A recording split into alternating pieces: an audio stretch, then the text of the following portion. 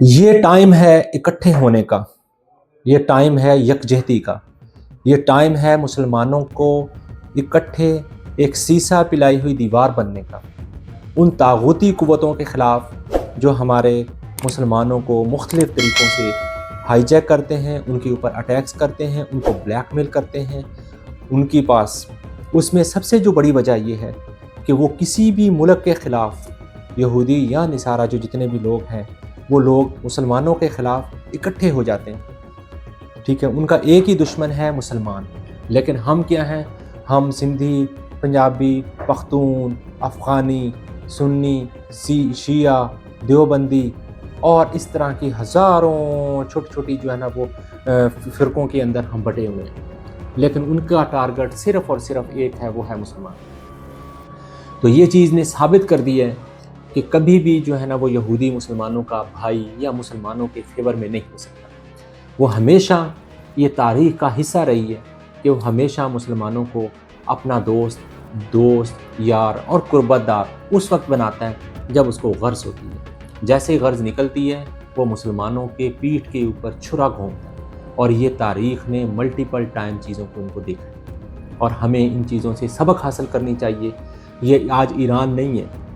آج خامنئی، آیت اللہ خامنئی نہیں ہے، آج ہم میں سے کوئی ہو سکتا ہے۔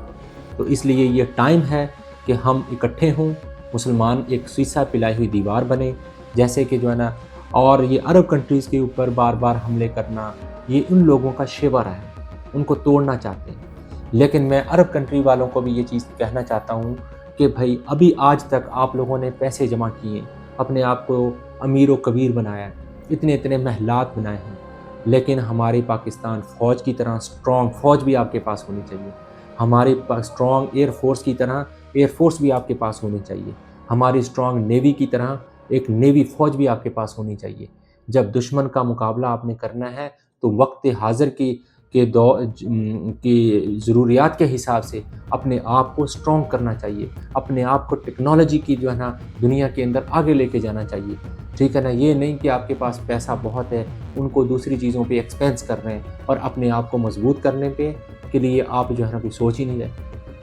ٹھیک ہے نا۔ ان لوگوں کے پاس کوئی یونیورسٹیاں نہیں ہیں، کوئی ٹیکنالوجی کی دنیا نہیں ہے، ہمیشہ ہر ڈاکٹرز، انجینئرز اور ٹیکنالوجسٹ، آپریٹرز، یہ سارے لوگ باہر سے ہائر کرتے ہیں، ان کی اپنی پروڈکشن کہاں ہے، ٹھیک ہے نا۔ کبھی اگر ایسی صورتحال ہے تو پھر ڈیفینیٹلی یہ حق بنتا ہے کہ دشمن کا وہ آئے اور اٹیک کرے، کیونکہ جب آپ خالی ہاتھ ہیں، آپ کے پاس کچھ ہی نہیں ہے، اپنے ڈیفینڈ میں کچھ چیز کرنے کے قابل نہیں ہے، تو ڈیفینیٹلی یہ چیزیں تو ہوگی۔ اپنے آپ کو یہ اللہ کا حکم بھی ہے، قرآن کے اندر حکم ہے کہ اپنے آپ کو دشمن کے مقابلے کے اندر ہر وقت تیار رکھو، اور دور جدید کے مطابق جو چیزیں ریکوائرڈ ہیں اس کو اپنے آپ کو لیس کرو۔ یہ اللہ کا حکم ہے قرآن کے اندر، اپنے دشمنوں کے اگینسٹ جو ہے نا وہ اسٹرانگ بنے۔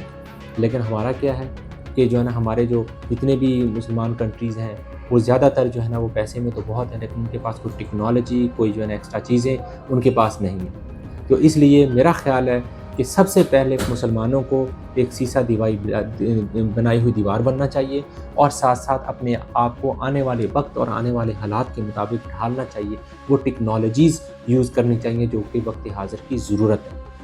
تب جا کے آپ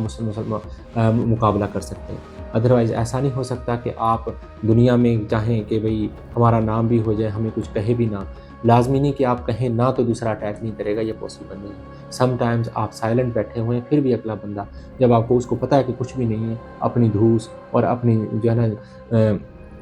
انا اور اپنی طاقت دکھانے کے لیے آپ کے اوپر اٹیک کر سکتا ہے۔